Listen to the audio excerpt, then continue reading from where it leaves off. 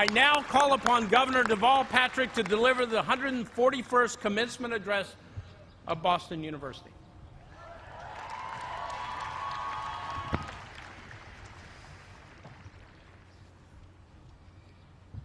Chairman Knox and members of the Board of Trustees, President Brown and members of the faculty and staff, fellow honorees, distinguished guests, proud family and friends, and most especially worthy members of the Boston University class of 2014.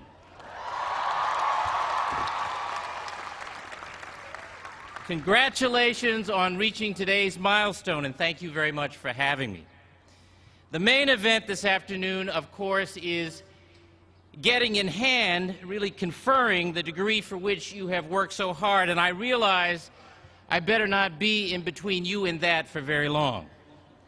Seriously, giving a commencement address is a high honor but a tough assignment when you know, as I do, that few of you are listening and none of you will remember a single word I say.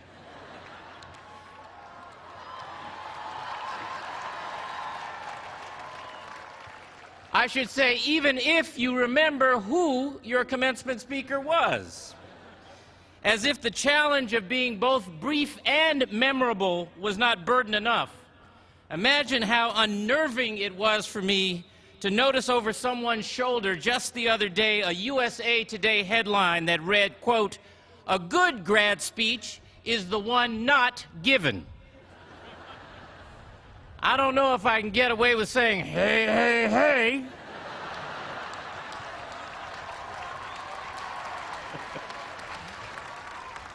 But I will be brief. For the benefit of your parents and grandparents and the banks that lent you the money to pay for tuition, I want to certify confidently and enthusiastically that you graduates are very well prepared. I know that present here today are future doctors and lawyers, biologists and engineers, soldiers and social workers, nurses and entrepreneurs. There's some loud communicators over here, too.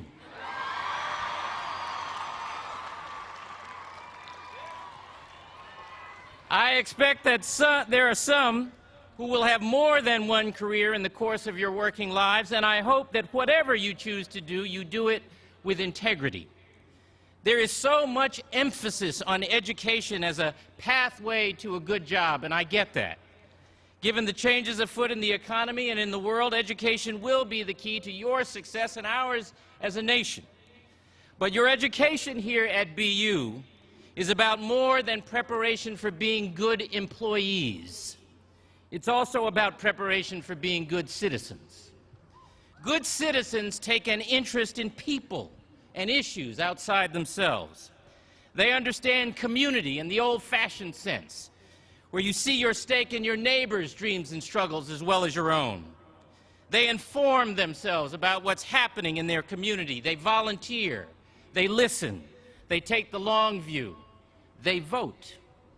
Good citizens don't just live and work in a community, they build community. And I have to tell you that given the level of personal engagement that good citizenship requires, I've been wondering and worrying whether this kind of citizenship is in jeopardy. Because I keep encountering young people who at some critical level are not engaged, not really present. My daughters are in constant touch with each other and their friends by text. In the case of my younger daughter, she has a right thumb that seems to have a life of its own, flying over the tiny keys, typing in that special texting shorthand, sometimes even in entire words, almost as fast as she speaks. She can do it looking me right in the eye while I'm talking with her. But when she does this, she's not present. I know a young man, smart, insightful, wise beyond his years, who spends his days constantly shifting his attention from one smartphone to another, to his desktop and his iPad. He sends text messages, reads and sends tweets, checks his email, surfs the web, all while you're standing in the same room talking with him.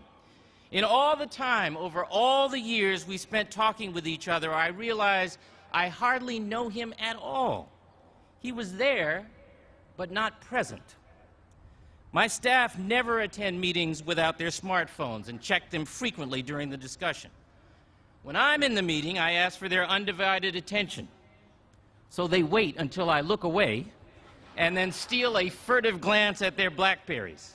They assure me otherwise, but they are not present.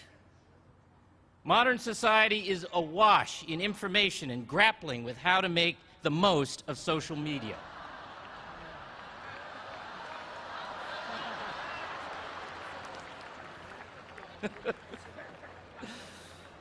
It is a force in casual communication, in business marketing, in celebrity. It transformed politics in my first campaign, in Barack Obama's, and in many campaigns since. But does it help us to connect as human beings? Does it enable us to be present? Sometimes when driving in the car, I look up from my work and ask the name of that special teacher we met, or perhaps who starred in some old TV show. If the state trooper driving me that day is closer to my age, he will start to wonder aloud along with me and add some personal recollection on the subject. Meanwhile, the young, always helpful aide who is always with me checks Google and announces the answer from the back seat definitively, and that is the end of that. I tell him that asking an open-ended question is what used to be called conversation. Sometimes the open-ended question is not about getting to the answer, but rather about the journey, and Google has little to do with that. Real human connection, the nuance of empathy and understanding is often more gradual and elongated than Twitter. It requires intimacy. And I worry that the demands of constant communication and infinite information through social media are crowding out intimacy. Social media, as we have seen, can start a revolution, but can it bring peace? You can break up on Facebook or text, but can you also fall in love? My wife and I have been married 30 years this month.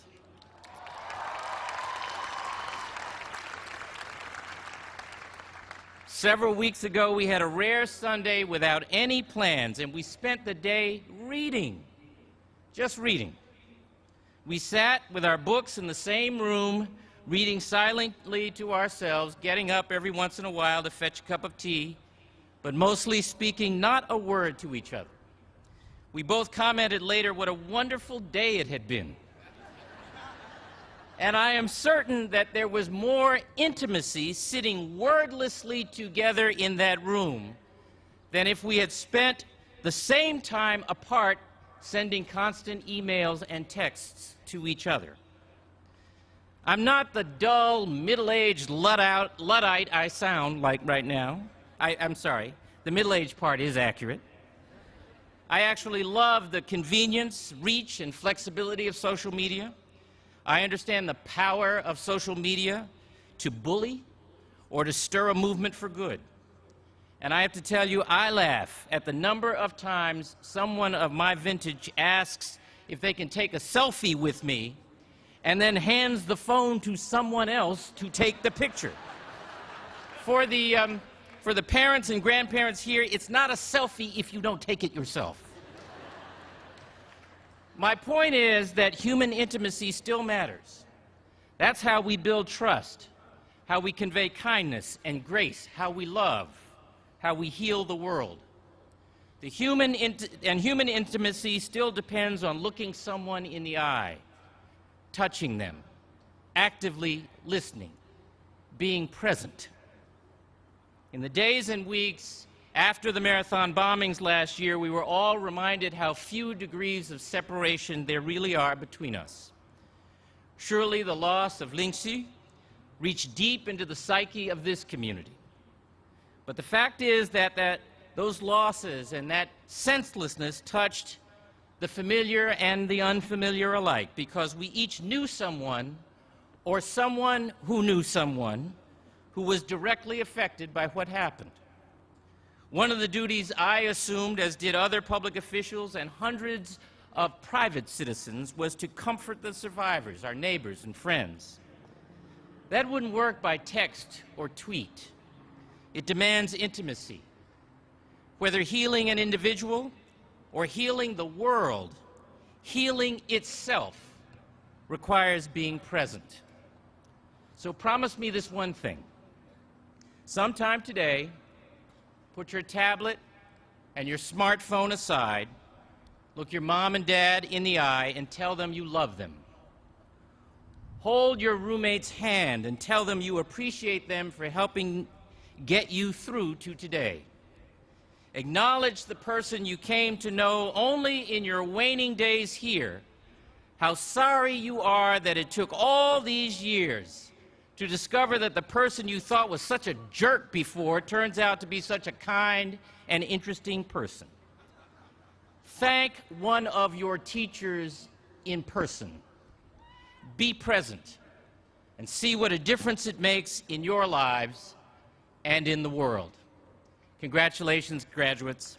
Good luck, and God bless you.